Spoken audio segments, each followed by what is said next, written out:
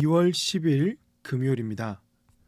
오늘 새벽 우리에게 주시는 하나님의 말씀은 룻기 4장 13절로부터 22절까지 말씀입니다. 이에 보아스가 룻을 맞이하여 아내로 삼고 그에게 들어갔더니 여호와께서 그에게 임신하게 하심으로 그가 아들을 낳은지라. 여인들이 나오미에게 이르되 찬송할지로다. 여호와께서 오늘 내게 기업 물을 자가 없게 하지 아니하셨도다. 이 아이의 이름이 이스라엘 중에 유명하게 되기를 원하노라. 이는 내 생명의 회복자이며 내 노년의 복량자라. 곧 너를 사랑하며 7 아들보다 내 귀한 며느리가 나은 자로다 하니라. 나오미가 아기를 받아 품에 품고 그의 양육자가 되니 그의 이웃 여인들이 그에게 이름을 지어주되 나오미에게 아들이 태어났다 하여 그의 이름을 오벳이라 하였는데 그는 다윗의 아버지인 이새의 아버지였더라. 베레스의 계보는 이러하니라. 베레스는 헤스론을 낳고 헤스론은 람을 낳고 람은 암미나답을 낳았고 암미나답은 나손을 낳았고 나손은 살몬을 낳았고 살몬은 보아스를 낳았고 보아스는 오벳을 낳았고 오벳은 이새를 낳고 이새는 다윗을 낳았더라. 아멘. 기업 물을 자가 되었던 이 보아스는요, 마침내 룻을 아내로 맞이합니다. 그리고 보아스는 룻과 동침하여 아들을 낳게 되는데요. 13절을 보시니까 이에 보아스가 룻을 맞이하여 아내로 삼고 그에게 들어갔더니 여호와께서 그에게 임신하게 하심으로 그가 아들을 낳을지라 라고 했습니다. 룻기에서 종종 등장했던 단어가 우연과 마침이었습니다. 그래서 그동안 일어났던 일들 중에 하나님께서 직접적으로 개입하셨다는 말이 없어서 마치 모든 일이 우연히 일어난 것처럼 느껴질 때도 있었지만 13절 말씀에서 분명하게도 여호와께서 그에게 임신하게 하심으로 그가 아들을 낳게 하셨다라고 말씀하고 있습니다. 즉 지금까지의 모든 역사가 하나님의 주권적인 섭리 안에서 일어났다는 것입니다. 아무리 보아스가 넘치는 사랑으로 룻과 결혼을 했다고 할지라도 하나님께서 룻과 보아스에게 아들을 주시지 않았다면 나오미는 결국 아무것도 얻지 못하였을 것입니다. 그렇습니다. 하나님은 우리의 눈에 보이시지 않지만 모든 것을 그의 섭리 안에서 역사하는 분이십니다. 때론 침묵하시고 조용하시고 부재하셔서 성격 급한 저희들이 하나님을 원망하고 의심할 때도 있겠지만 하나님은 때를 따라 역사하시고 은혜를 베푸시는 분이심을 믿으시며 때마다 일하시는 하나님을 만날 수 있기를 주님의 이름으로 축복합니다. 이제는 베들레헴 여인들이 나오미에게 노래를 불러줍니다. 14절입니다. 여인들이 나오미에게 이르되 찬송할지로다. 여호와께서 오늘 내게 기업 물을 자가 없게 하지 아니하셨도다. 이 아이의 이름이 이스라엘 중에 유명하게 되기를 원하노라.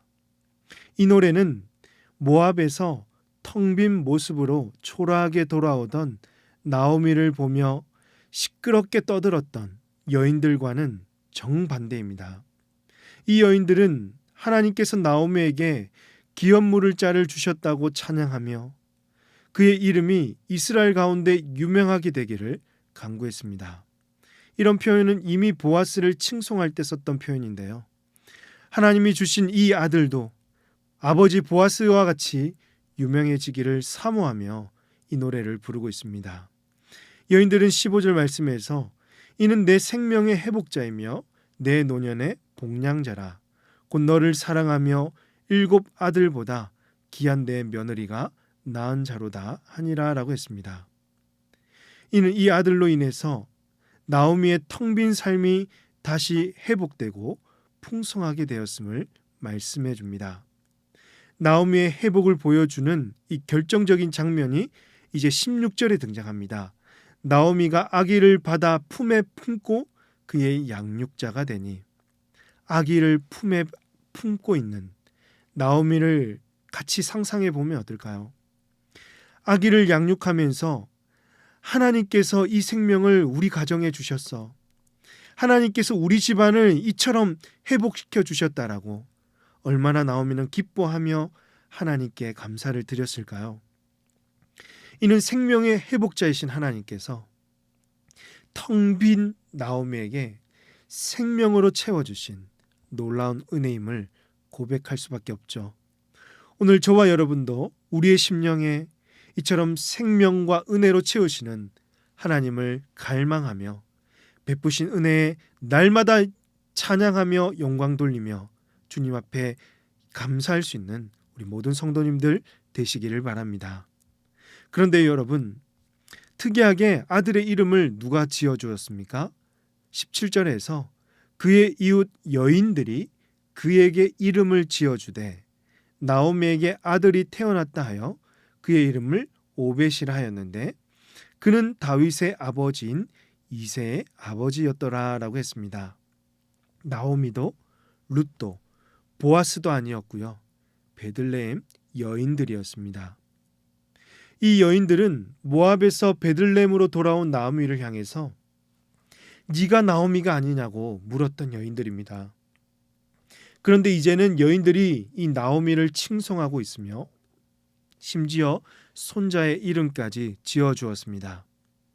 이는 나오미와 여인들과의 관계 회복과 베들레헴 공동체의 회복, 하나님의 섭리와 은혜를 보여주는 것입니다. 마지막으로 이 아들을 통해서 누가 등장하고 있습니까? 바로 다윗이 등장합니다. 사사시대야말로 영적으로 가장 어둡고 도덕적으로 타락한 시대이지 않습니까? 이 순간에 하나님은 이방 여인 룻과 이 보아스를 통해서 아들을 낳게 하시고 새로운 시대를 계획하고 계셨습니다.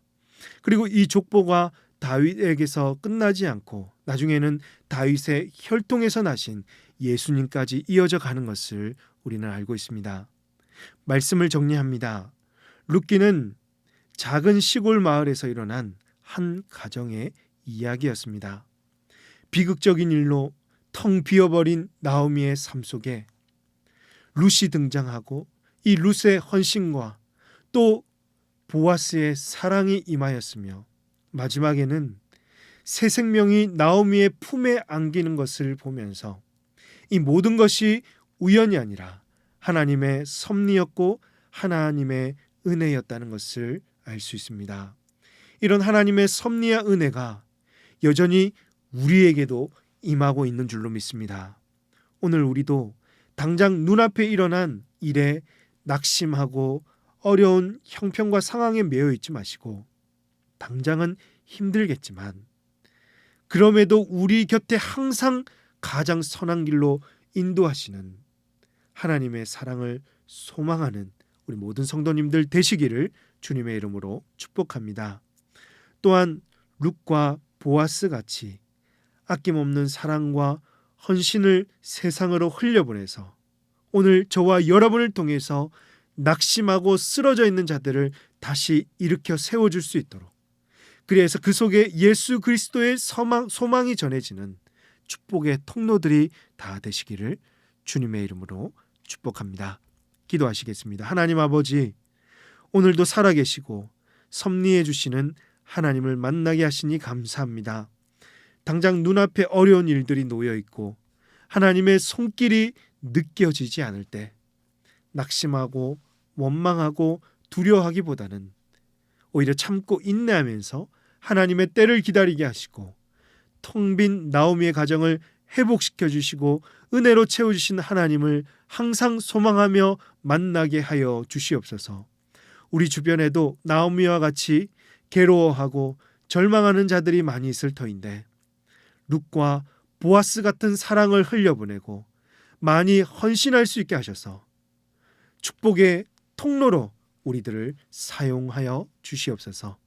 이 모든 말씀을 우리 구주 예수님의 이름으로 기도하옵나이다. 아멘.